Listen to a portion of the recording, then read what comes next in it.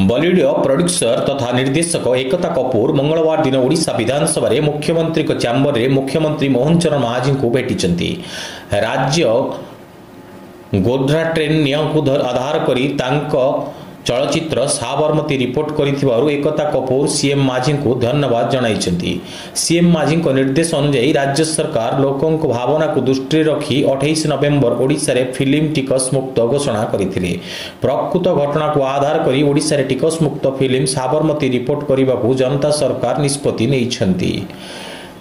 ଏହି ଚଳଚ୍ଚିତ୍ରରେ ଦର୍ଶାଯାଇଛି ଯେ କେତେକ ସ୍ୱାର୍ଥର ବ୍ୟକ୍ତିଙ୍କ ସ୍ୱାର୍ଥର ସେବା ତଥା ଅସ୍ଥିରତା ସୃଷ୍ଟି କରିବା ପାଇଁ ଗୋଡ୍ରା ଟ୍ରେନ୍ ଜଳିବା ଘଟଣାର ସେବକମାନେ କିପରି ଜୀବନ୍ତ ଦଗ୍ଧ ହୋଇଥିଲେ।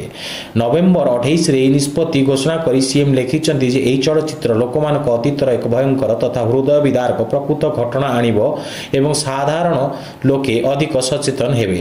ଚଳଚ୍ଚିତ୍ରକୁ ଟିକସ ମୁକ୍ତ କରିଥିବାରୁ ରାଜ୍ୟ ସରକାରଙ୍କୁ ଧନ୍ୟବାଦ ଜଣାଇଛନ୍ତି।